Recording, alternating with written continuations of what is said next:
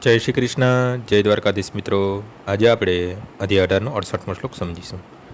ય ઇદમ પરમ ગૃહ્યમ મદ્ભક્તેષ્વભિધાસ્યતિ ભક્તિમ મયી પરામ કૃત્વા મામે વેશ્યસ્ય સંજય.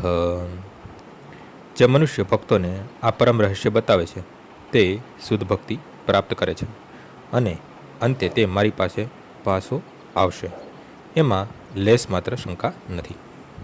સામાન્ય રીતે એવી સલાહ આપવામાં આવે છે કે માત્ર ભક્તોમાં ભગવદ્ ગીતાની ચર્ચા થવી જોઈએ, કારણ કે જે લોકો ભક્ત નથી તેઓ ન તો કૃષ્ણને સમજે કે ન તો ભગવદ્ ગીતાને. જે મનુષ્યો કૃષ્ણને તથા ભગવદ્ ગીતાને મૂળ રૂપે સ્વીકારતા નથી તેમણે મનસ્વી રીતે ભગવદ્ ગીતાના વિશે સ્પષ્ટીકરણ કરવાનો પ્રયત્ન કરીને અપરાધના ભાગી થવું ન જોઈએ. જેઓ કૃષ્ણને પૂર્ણ પુરુષોત્તમ પરમેશ્વર રૂપે સ્વીકારવા તૈયાર હોય એવા ભક્તોને જ મનુષ્ય ભગવદ્ ગીતા વિશે સમજૂતી આપવી જોઈએ.